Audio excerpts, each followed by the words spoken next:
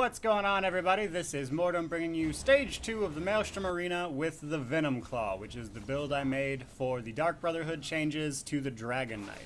It is a melee dot build, and it does pretty great damage with everything stacked up properly. So, for round 1, it's all Clockwork Sentries and Dwarven Spiders. Really, you should focus on the Sentries first and not the Spiders, but because they both have pretty low health pools, as long as you're killing them fast enough, it really shouldn't be a big deal. So, if you're new to the build or this is the first video you're watching, I'm going to provide a link to the build itself. But other than that, it's just Hidden Blade, Venomous Claw, Blood Craze, and then spam Bloodthirst, which is a dual wield ability, to A, give you some life back, and do a crap ton of damage really fast. When it gets to the Centurion here, for the first 3 rounds, he's the mini-boss. And he's really easy. Just apply your dots and stay out of the damage, and he'll go down pretty fast. Which is what I like about fighting Centurions, because so many of their attacks are animations that they have to, they have animation priority for, that they're really easy to just kind of, I don't want to say cheese, but it's pretty close to that.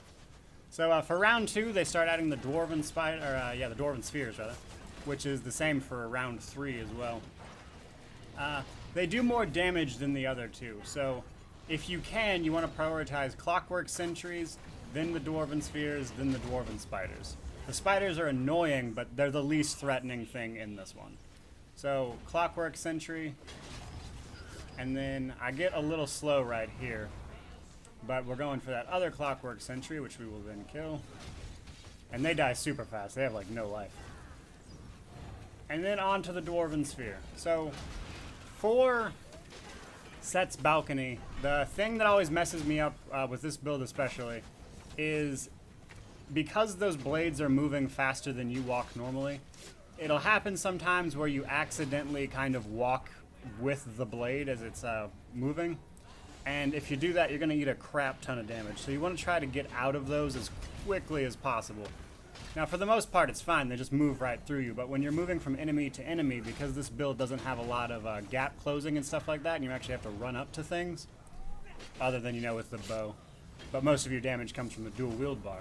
So, other than the bow, you don't have the ability to hit things from far away or close that gap very quickly.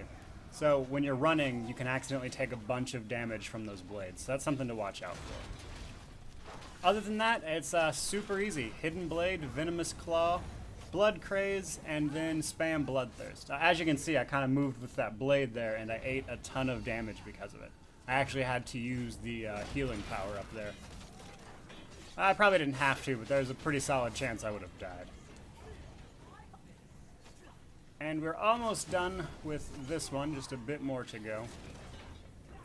The thing that kind of sucks about the Maelstrom Arena is, as far as like those high score runs go, it's almost always mages that get that, any Magicka build really, just because of all the AoE that comes with just those classes in general, and then the destruction staff AoE, that you can just burn stuff down almost immediately as it spawns. And I've seen melee builds do really well, like Deltia's Brutal Butcher does pretty well. I've seen people do flawless runs with that one. But in terms of doing it as quickly as possible and getting insane high scores, I always see Magicka builds do that. And it seems like the melee DPS stamina builds, while it's possible, again, the Brutal Butcher, it just seems like it's the more difficult option. That said, it's still pretty fun. I'm actually surprised how well this particular arena went, because the Dwarven constructs are resistant to poison damage, which is a big part of this build.